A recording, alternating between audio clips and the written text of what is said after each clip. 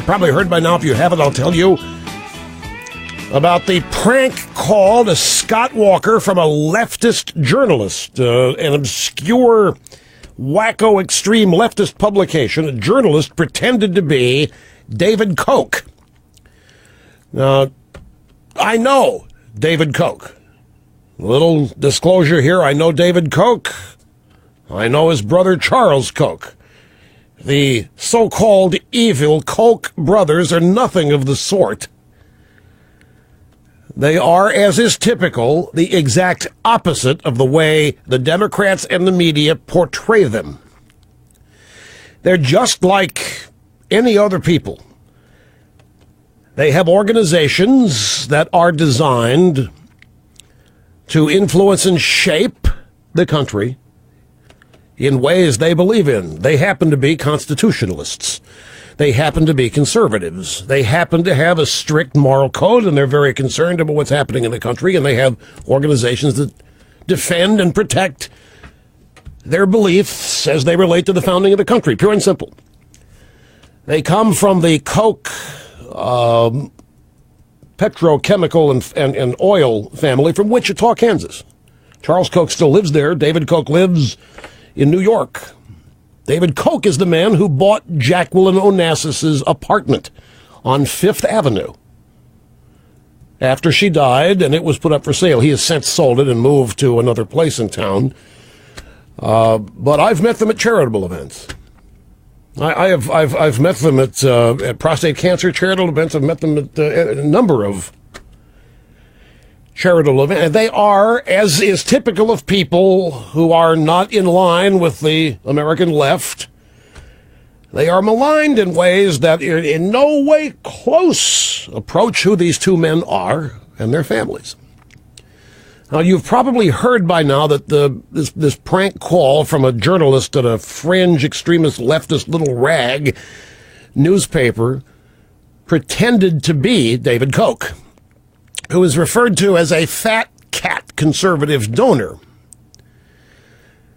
So this guy calls the governor's office in Wisconsin, claims to be David Koch. That name rings bells in the governor's office amongst the underlings. He puts the call through, assuming it's David Koch. So the governor ends up talking to David Koch, and now the AP has this story. Wisconsin Governor Scott Walker. Is it the AP? I want to make sure it's the AP. Yahoo News. Yeah, it's AP. In fact, it's the top story at AP now. Wisconsin Governor Scott Walker has been lured into a conversation about his strategy to cripple public employee unions by a prank caller pretending to be a billionaire Republican donor. Walker's spokesman Colin Werwey confirms the governor is on audio of the call posted Wednesday on the website of the Buffalo Beast, of left-leaning New York newspaper. The governor believes the caller is David Koch. He talks about plans for layoff notices and what can be done to punish lawmakers who've left the state. The caller suggests that Walker take a baseball bat when meeting with Democrats. Walker jokes that he's got a slugger with his name on it. Now, the brothers, David and Charles Koch, have given millions to support Americans for Prosperity, which has launched a $320,000 ad campaign supporting Governor Walker. I have spoken at Charles Koch's event in Vail 3 years ago. I forget which. And I met people there that I had previously met at other groups and organizations. This is the creme de la creme of conservative philanthropy. There's hardly any subversives at all. Now, funny thing is, if you listen to the tape, and it's been made available, it's a long tape. We don't have it yet, and if we get it, well, we will. It's going to take a long time to pare this down to the essentials, but if you listen to it, if you read a transcript of the phone call, Walker says in private to this prank caller exactly what he says in public, even to a possible fat cat donor. He doesn't say anything he hasn't said publicly. He was not entrapped into saying something. Yeah, what I'm really doing here, David, you would love me. You know what I'm really doing here. That's none of that. He was just being upfront.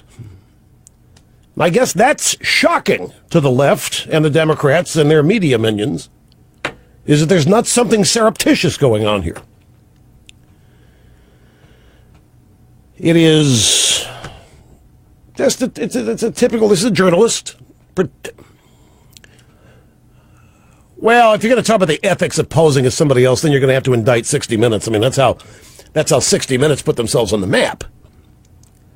Well, I mean, 60 Minutes are going to some gas station, ripping people off. You know, had a Jesus on the cash register, and they put a hidden microphone in and send in fake customers to rip them off. I mean, this is a common journalistic ploy. No, the real question here is, why wasn't this properly vetted in the governor's office? How did this call? I mean, anybody can make a prank call. You can't sit here and condemn what happened because prank call. Hell, I should do this on the radio, for crying out loud. I never call governors and stuff, but I mean, I did this kind of stuff as bits, comedy bits, back in the early days of radio, when you could do this without having to get permission of the person you were talking to put them on the radio or tape record them. Oh, gosh, I did all, when I pretended to have a picture phone, the fun I had doing that, the phone calls I made with my non-existent picture phone, when I was in the video phone, when I was in Pittsburgh. No, that's not the question. You can't, I mean, you can say, yeah, okay, typical journalist, false, misrepresentation, attempt to entrap, and so forth. The thing is, the guy failed. What they're trying to get Scott Walker, he dared talk to a Republican donor. Meanwhile, you got Obama meeting with Richard Trumka 3 times a week, for crying out loud. I'm going to tell you something, folks. A vision of America, David and Charles Koch versus Richard Trumka. Trumka doesn't even rate a consideration, in my mind, in terms of a vision for America. So you can sit here and talk about this all you want. Try to make hay out of the fact that he took a call from David Koch. If David Koch called me, I'd take the call. If Charles Koch called me, I'd take it. If Bill Koch called me, I'd take the call.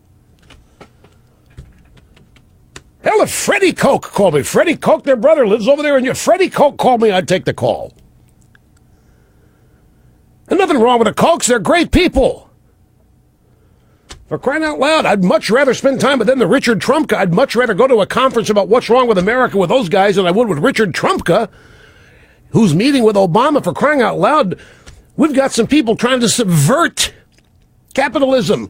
We've got an administration that is leveling an assault on free markets in this country each and every day, and now we're all out of whack because the governor of Wisconsin, well, nobody's out of whack, but the left is acting like some moral transgression of the highest order is taking place here because Governor Walker talked to David Koch. Big whoop.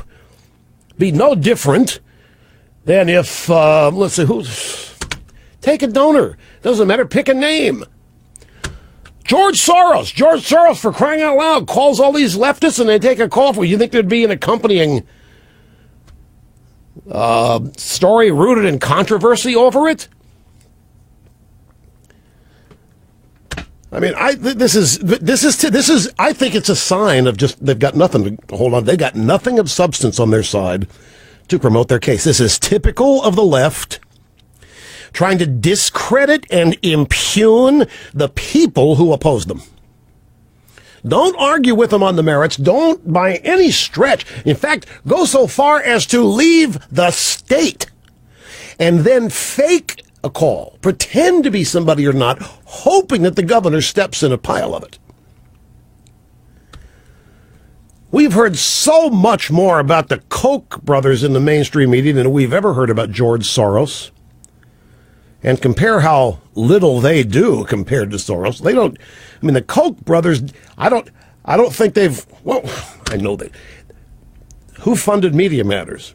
Who funds Americans for whatever? George Soros is at the root of all of the problematic Democrat liberal things in this country. So anyway, that's if you haven't heard about it, you have now, and that's the hay that they're going to try to make out of all this.